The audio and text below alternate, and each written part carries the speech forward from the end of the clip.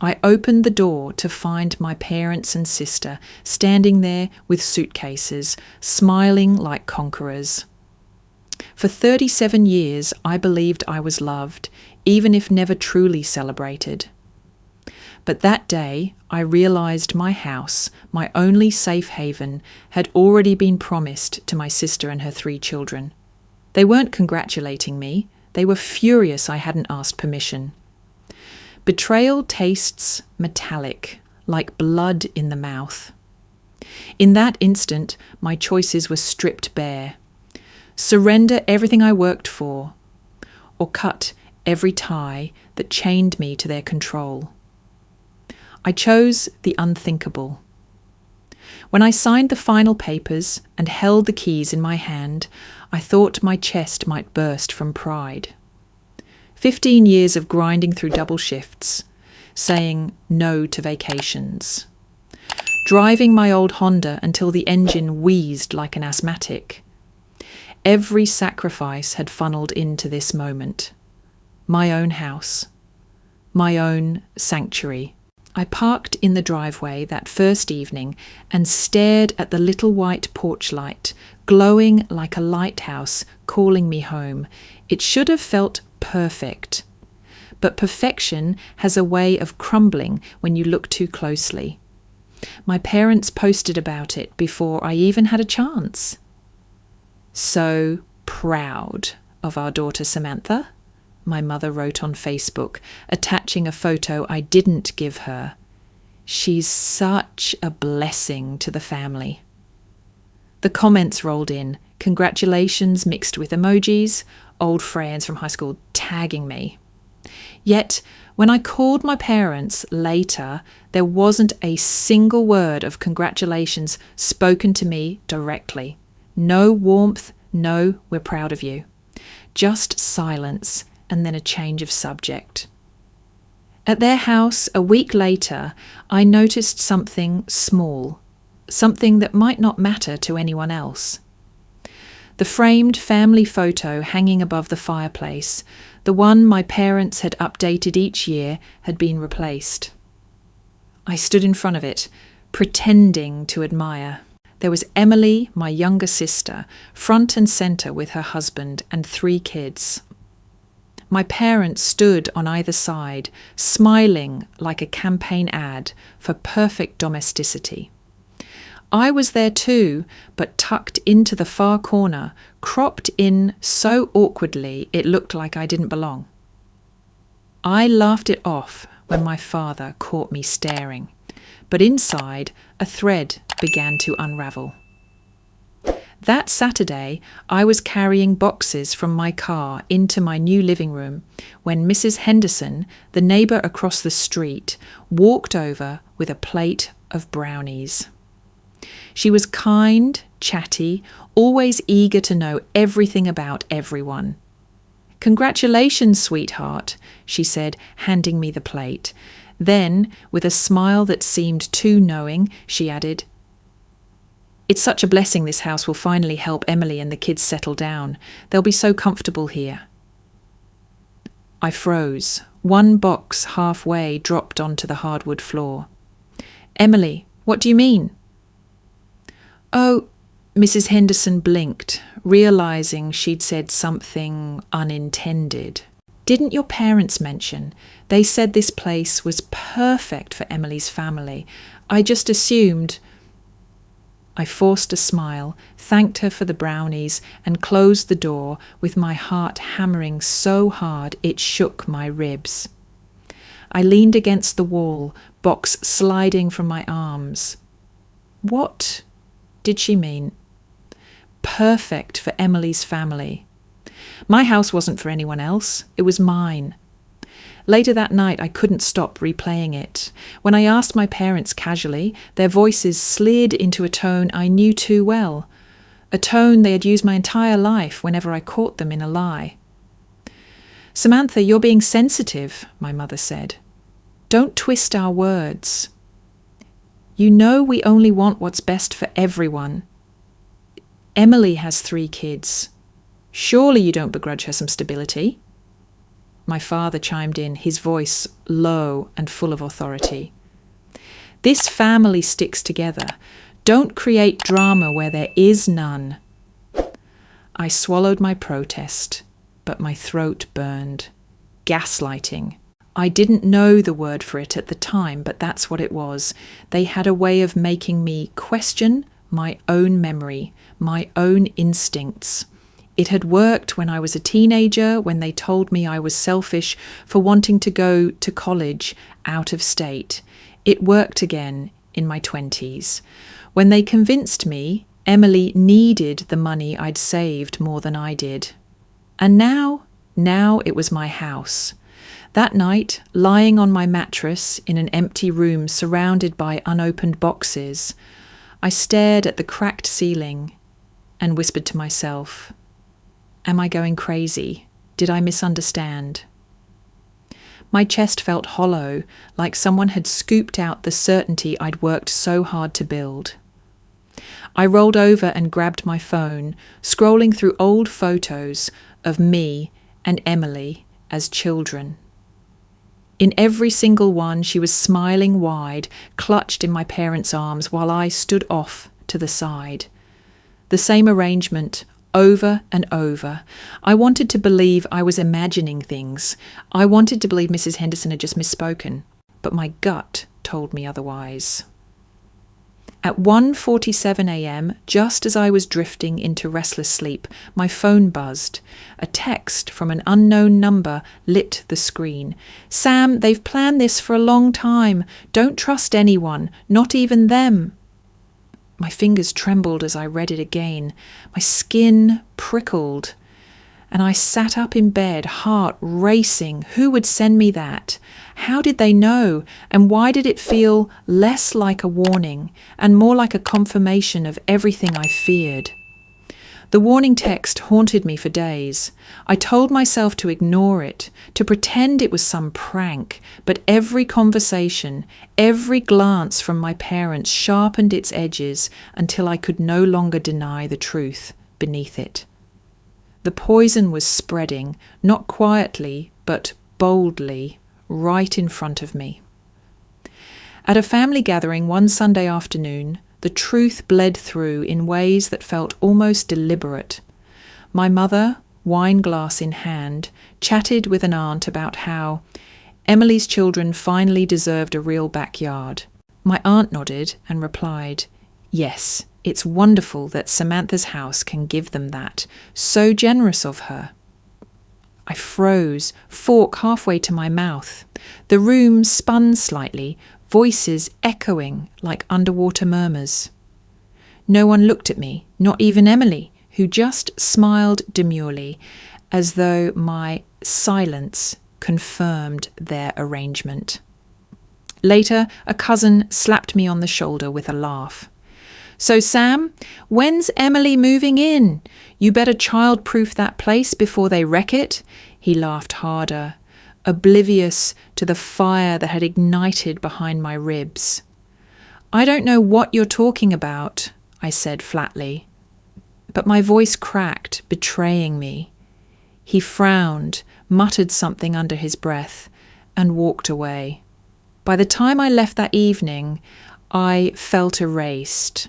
My house, my achievement, had been stolen from me in the eyes of everyone I loved.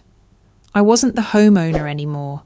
I was merely the placeholder, the caretaker, until Emily's family took their rightful throne. That night, back in the quiet of my house, I collapsed onto my bed and let the tears come. They weren't polite tears. They were ugly, shuddering sobs that left me gasping for air. I reached for my journal, the same one I had carried since college, and began writing feverishly. "They are erasing me," I scrawled, "piece by piece, moment by moment, every sacrifice, every hour of work, every dream I've ever had. It's all vanishing into Emily's shadow. I feel like I don't exist." The words smeared as my tears hit the page. I pressed harder, carving the ink into the paper as though force could make it permanent. Writing was the only place I could still hear my own voice. For a fleeting moment, I wondered if the problem was me. Maybe I was selfish. Maybe I had misunderstood, but the ache in my chest told me otherwise. I could feel the gaslighting like smoke in my lungs, choking me into submission. I woke the next morning with swollen eyes and a pounding headache. Pouring myself a cup of coffee, I sat at the kitchen table and tried to plan my day. My laptop blinked with new notifications, and without thinking, I opened my father's old email account that he had once used for family matters. He'd given me the password years ago when we were sorting taxes, and I had never logged out. At first, it was mundane: grocery lists, community updates, chain letters. But then one subject line froze my breath: the house. My hand shook as I clicked. The email was from my father to Emily, written only days earlier. "Don't worry," it read. "Everything is under control. This house belongs to you. Samantha will understand eventually. It's for the good of the family. Trust me, it's already in motion." The words seared into me like acid. Belongs to you, not me, her. My vision blurred as rage and disbelief warred inside me. I slammed the laptop shut, my pulse hammering in my ears. The next weekend, I confronted them. I hadn't planned to, but the words ripped out of me the moment we sat down at the dinner table. "Why are you telling everyone my house is Emily's?" I demanded. Silence fell. My mother's fork clinked against her plate. My father's face hardened, the same mask of disappointment he had worn all my life. "You're being ridiculous," he said coldly. "Stop creating drama." My mother added, "Samantha, can't you think about anyone other than yourself? Emily has 3 children. Do you want them on the streets?" Emily's eyes filled with tears, her voice trembling perfectly. "I never asked for this, Sam, but I thought you cared about us. Don't you love your nieces and nephew?" I felt the room tilt. Somehow, I was the villain now. The selfish monster willing to throw 3 innocent children into the cold. They had twisted the narrative so completely that I couldn't tell up from down. My throat burned, but no sound came. By the time dessert was served, I was cast in stone as the scapegoat. My parents spoke in hushed tones about how hard this has been on Emily, while I sat hollow, stripped of defence. Later, as I left the house in a daze, I heard footsteps rushing behind me. It was Mr. Lawson, an old family friend and lawyer who had been invited for dinner. He caught my arm. "Sam," he said quietly, glancing back to make sure no one was watching. "Do you know what they've been trying to do?" I shook my head, my pulse fluttering. "They've been slipping clauses into the papers you've been signing: insurance, property updates, tax filings. If you hadn't been lucky, you could have signed partial transfer of ownership without realising it. They want to lock you out legally, not just socially." The world tilted again, sharper this time. My knees nearly gave out. He squeezed my arm gently. "You need to be careful. They're not playing fair." His words reverberated long after I drove home. My hands clutched the steering wheel, knuckles white. My family wasn't just gaslighting me. They were planning a heist, and the prize was everything I had ever built. The pounding on my front door woke me from a shallow, restless sleep. At first, I thought it was a nightmare, the kind where you can't move, can't breathe. But when I pulled myself up and peered through the window, I saw them. My parents, Emily, her husband, 3 kids clutching stuffed animals, and stacked behind them an army of suitcases. I opened the door an inch. my voice raw. "What are you doing here?" My mother pushed past me without answering, her perfume wafting into the hall like smoke. My father followed, carrying a box under each arm. Emily trailed behind, looking meek but expectant, while her husband offered a sheepish shrug as if to say, "This isn't my fight." The children squealed, running through my living room as though it were already theirs. I stood frozen, the door still ajar. "Stop! What is this?" My father dropped the boxes onto the floor, dusting his hands like a man who had finished a long, tiresome chore. "From now on," he said evenly, "this is Emily's home. Her family needs it more than you ever will. It's what we've all decided." The words cut like glass. I felt the world split, the floor beneath me vanishing. "My house isn't mine anymore," I whispered. Emily placed a hand on my arm, her voice dripping with a false tenderness that made me want to recoil. "Sam, please understand. This is for the best. You're strong, independent. We're just asking for stability, for the kids. You don't need this place the way we do." I jerked away from her touch, my chest constricting so tight I thought I might collapse. "You can't just take my home. I worked for this. Every penny, every sleepless night, I earned it." But my mother's eyes turned cold, her lips pressing into a thin line. "Don't be dramatic. Family shares. Don't turn your back on us now." The air thinned around me until it felt like breathing through a straw. My own parents had just stripped away the one thing that symbolized freedom, and they said it as if it were already done. I didn't remember how long I stood there before I finally forced them all out, my hands trembling as I slammed the door shut. I sank against it, chest heaving. "It's mine," I whispered to no one. "It's mine." That evening, as I dragged their boxes onto the porch, Mrs. Henderson crossed the street. She clutched something small in her wrinkled hand, glancing around nervously before pressing it into mine.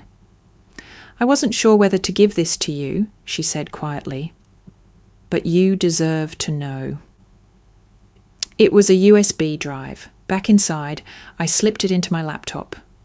The file opened to a crackling audio recording, the unmistakable voices of my parents at some dinner party. They were laughing, glasses clinking in the background. "She'll never fight us," my mother's voice rang out. "Samantha's always been easy to control. Gullible, really.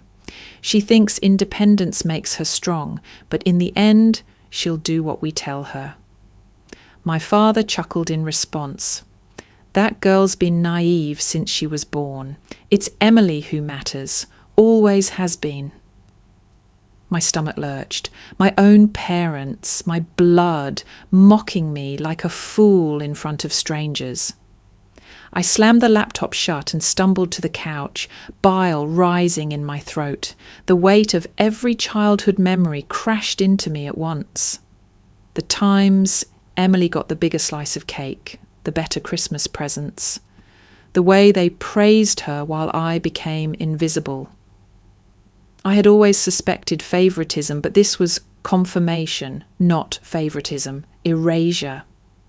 That night sleep wouldn't come. I lay awake, staring into the darkness, each tick of the clock, a reminder that I no longer belonged anywhere. At 3:12 a.m, I gave up, wrapping myself in a blanket and padding to the kitchen. I poured hot water into a mug, but by the time I sat down, the tea had gone cold. I cradled it anyway, staring at the rising moonlight pooling across the floor. My reflection in the window looked hollow, eyes rimmed red, lips trembling as though I might cry again but had run out of tears. I whispered to myself, I don't exist, I don't matter. For hours I sat there in silence, the world outside utterly indifferent to my pain. In that moment, I was no longer Samantha Miller, homeowner, independent woman survivor. I was a ghost haunting the edges of my own life. Just as the first light of dawn crept through the blinds, my phone buzzed. I grabbed it absent-mindedly, assuming it was another pointless notification. But when I read the message, my blood froze. I know what your parents are doing. Do you want to meet? The sender was unknown. I dropped the phone onto the table, my chest tightening with fear and curiosity in equal measure. Who could it be, and how much did they know? The message burned on my screen all morning, each word daring me to respond. By noon, curiosity overcame fear. I typed back one shaky word. Where? The reply came instantly, an address downtown. I almost didn't go, but by evening I found myself walking into a small coffee shop, my heart pounding like a war drum. At the back corner sat a woman in her late 50s, grey streaks in her hair, eyes sharp with the kind of pain I recognised instantly. Someone who had been through the fire. "Samantha?" she asked softly. "Yes." My voice quivered. "I'm your mother's cousin Lydia," she said, sliding a manila envelope across the table. "I know what they're doing to you because they did the same to me years ago. Different context, same cruelty. They've always chosen their favourites and discarded the rest." My fingers shook as I opened the envelope. Inside were old letters, documents, and photographs, evidence of how my parents had schemed against Lydia decades earlier, convincing her to sign away property under the guise of helping the family. She had lost everything. "They told me I was ungrateful," Lydia whispered, her eyes wet, "that I owed them loyalty, and when I resisted, they cut me out entirely. I left with nothing. Don't let them do to you what they did to me." Her words landed like a hammer, shattering the fog of doubt that had clouded my mind. I wasn't paranoid. I wasn't delusional. I wasn't weak. My parents were predators in the clothing of caregivers. The rage that surged inside me was not destructive, but clarifying. For the first time, I let it burn. When I got home, I sat in the living room, lights off, memories flooding in. Childhood scenes returned with cruel clarity. Emily getting the new bike while I rode the rusty hand-me-down. Emily receiving hugs and praise for mediocre grades, while my achievements were met with silence or criticism. Birthdays where Emily's cake towered, mine barely iced. I remembered the day in middle school when I came home crying after being bullied, and my mother said, "Don't be so sensitive. Why can't you be more like Emily?" That day I had swallowed the pain and told myself they loved me in their own way. Now I understood. They never saw me at all. Tears blurred my reflection in the hallway mirror. For a long time, I simply stared at the broken girl looking back. Then, with sudden force, I reached for a marker and scrawled across the glass, "Never again." The letters dripped bold and black against the pale surface. For the first time in weeks, my chest felt lighter. The next morning, I began to act. I pulled out every document related to my house, deeds, contracts, insurance papers, and locked them in a safe. I called Mr. Lawson, the lawyer who had warned me, and arranged a meeting. He agreed to help me fortify legal boundaries, ensuring that no hidden clauses or manipulations could strip me of my rights. "We'll make sure they can't touch this house again," he promised. But strategy wasn't only legal, it was emotional. I joined an online group called No Contact with Toxic Parents, scrolling through stories that mirrored my own so closely I felt less alone. Strangers spoke my language of wounds and survival. Their resilience became my guide. I started mornings with yoga, shaky and awkward at first, but gradually grounding. Afternoons, I saw a therapist who gave me tools to rebuild boundaries. And every night, I wrote in my journal, but no longer as a victim. I wrote declarations. This is my house, my life. My worth is not defined by them. The pages transformed from sorrow into a manifesto of defiance. I was no longer scribbling pain. I was carving freedom. Days turned into weeks. Each one built armour around me, layer by layer. Yet, beneath the steel, I kept a soft core, reminding myself I was human, not just a fighter. Sometimes I let myself cry, and sometimes I let myself laugh at small joys, the sun on the porch, the quiet of a room filled only with my breath. These pauses reminded me I wasn't turning into the cold soldier my parents wanted me to be. I was still me, but stronger. Then came the final step. One evening, I sat at my desk, hands hovering over the keyboard. My heart pounded as I typed an email addressed to my parents. We need to talk, but this time, things will be different. My finger hovered above the send button for a long moment. Then, with a deep breath, I clicked. The screen glowed and a shiver ran down my spine. For the first time in my life, I wasn't reacting to their script. I was writing my own. The knock on my door came precisely at 6 o'clock, just as we'd agreed. This time, I wasn't trembling. I had prepared every detail. The lawyer seated quietly at my dining table, the hidden cameras blinking red in the corners, and Mr. Lawson's trusted colleague waiting in the living room as a silent witness. When I opened the door, my parents swept inside as though they still owned me. Emily trailing behind with her husband and children. My mother's eyes flicked across the room, suspicious of the setup. Why are there so many chairs out, Samantha?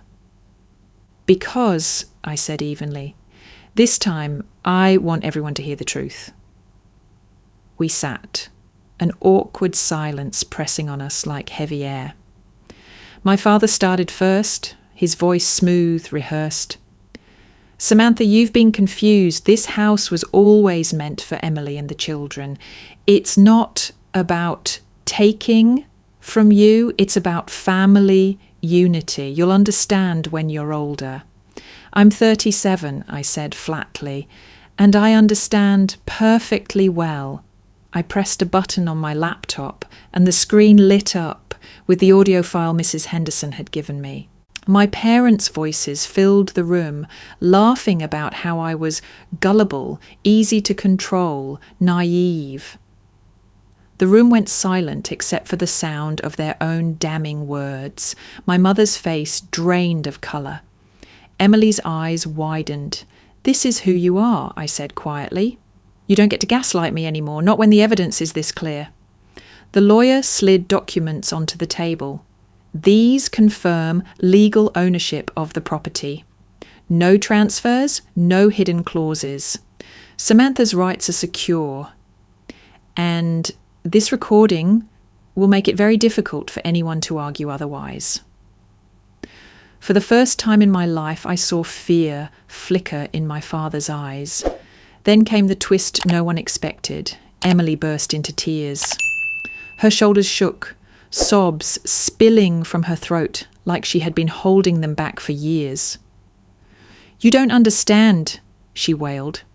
I didn't want this. They pushed me into it. They said I had to take the house, that if I didn't, I'd be a failure as a mother. They used me too. Her words cracked the illusion like a hammer on glass. My parents turned on her instantly, faces twisted in betrayal. How dare you? my father began, but Emily cut him off. "Don't act like saints. You've been manipulating all of us for years. You made me feel worthless unless I followed your plans. I was your golden child, but even that was a trap. I'm done playing your games." The room erupted into shouting, accusations flying across the table. I stood back, watching the family empire collapse on itself, each brick crumbling under the weight of truth. When the noise reached a fever pitch, my father spun on me, his face purple with rage. "You'll regret this, Samantha. You'll regret betraying your own blood. You will always regret this." His voice cracked, more desperate than powerful. I didn't flinch. "No," I said calmly. "For the first time, I won't." Their voices followed me as I walked them to the door, their fury spitting into the night air. My neighbours peeked from behind curtains, watching the spectacle. For once, I didn't care who saw. The following days were chaos. Word spread quickly through friends, through relatives, through the same community my parents had always cultivated as their loyal audience. Only now their script had unravelled. The audio recording leaked, shared in whispers, then openly. People who had once admired them began to distance themselves. Invitations dried up, their reputations fractured. Emily and her husband began to argue openly. He accused her of dragging him into her parents' mess. She accused him of never defending her. The perfect image of her family cracked, and through the cracks seeped years of resentment. I didn't watch with triumph. I didn't gloat. I simply exhaled. For the first time, the silence in my house was not empty. It was peaceful. The walls seemed to breathe with me, no longer haunted by the echo of their voices. One evening I sat on the porch with a cup of tea, the sun dipping behind the trees. For once, I felt no need to look over my shoulder. I wasn't hurrying to prove myself or bracing for another blow.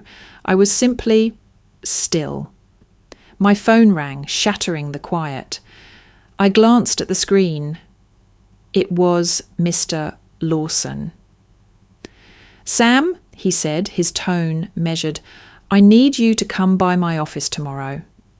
There's something else you should know, something about an inheritance your parents have been hiding." I gripped the phone tighter, my heartbeat quickening all over again. I had thought the war was over, but perhaps the battlefield was larger than I ever imagined. Mr. Lawson's office smelled faintly of leather and old paper, the kind of place where secrets had lingered for decades.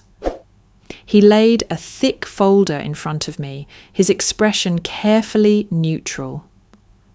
"Your parents have been hiding this," he said. I opened the folder and saw bank records, trust documents, and a will drafted years ago. My pulse quickened as the pieces fell into place. My maternal grandmother had left behind a sizable inheritance meant to be split equally between her grandchildren. But through manipulation and forged amendments, my parents had redirected the entire sum to Emily. I felt a sharp stab of anger, but it didn't last. Instead, a wave of clarity washed over me. I wasn't surprised anymore. This was simply the last piece of the puzzle, the final proof that I had never been seen as worthy in their eyes. They made it so Emily was the sole heir, Lawson explained, pointing to a notarized page, but they underestimated how carefully the original lawyer preserved copies. When I cross-referenced, their tampering became obvious. They can't hide it anymore. The air felt different when I stepped out of that office, like the world had shifted just a degree, but enough to matter. I knew I had a choice. I could fight for the money, drag this through court, scorch the earth, or I could walk away, carrying only the truth. By the time I reached home, my decision was clear. I would not let greed tether me to them again. Money had been their weapon, their bait, their excuse for cruelty. I wouldn't let it become mine. Instead, I went public. With Lawson's help, I shared the documents with extended family, letting the truth speak for itself. At first, the room filled with disbelief, but as the pages circulated, heads began to nod, whispers rising.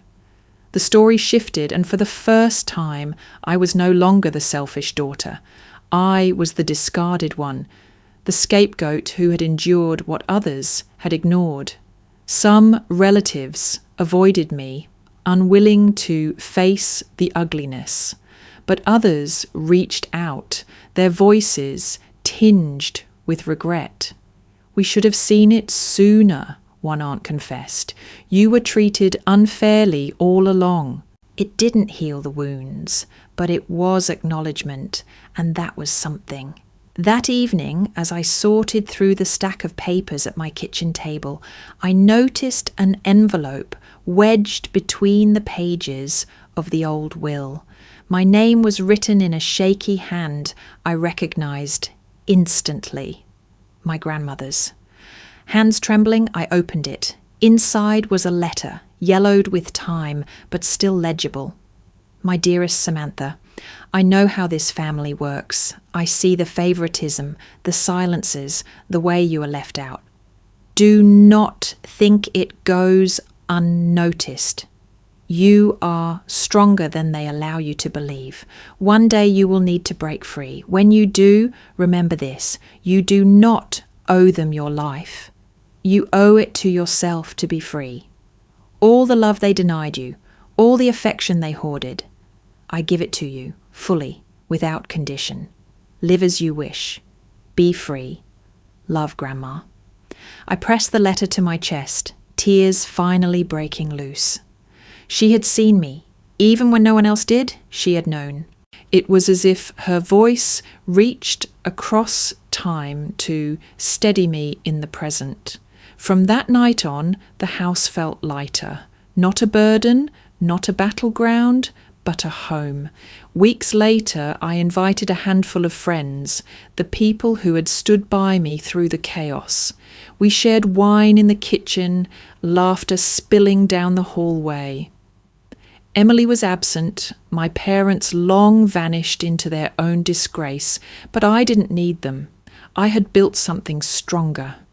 At one point, as the party dwindled and soft music played, I stood at the doorway of my living room. My friends sprawled on the couch, their voices warm with affection. For the first time, I realized this was family. Not the one I was born into, but the one I chose, the one that chose me back. Later, after the last guest left, I stepped onto the porch. The night air was cool, the horizon just beginning to pale with the promise of dawn. I sat on the steps, a blanket around my shoulders, and watched as the first sliver of sunlight pierced the darkness. It was quiet, peaceful, the kind of quiet that didn't feel empty anymore. My chest rose with a deep breath, and I smiled. I wasn't a warrior hardened by battles. I was a woman reborn, carrying scars, but also wisdom. My grandmother's words echoed in my heart, "Be free." And for the first time in my life, I was. If you were in my place, would you have cut every tie?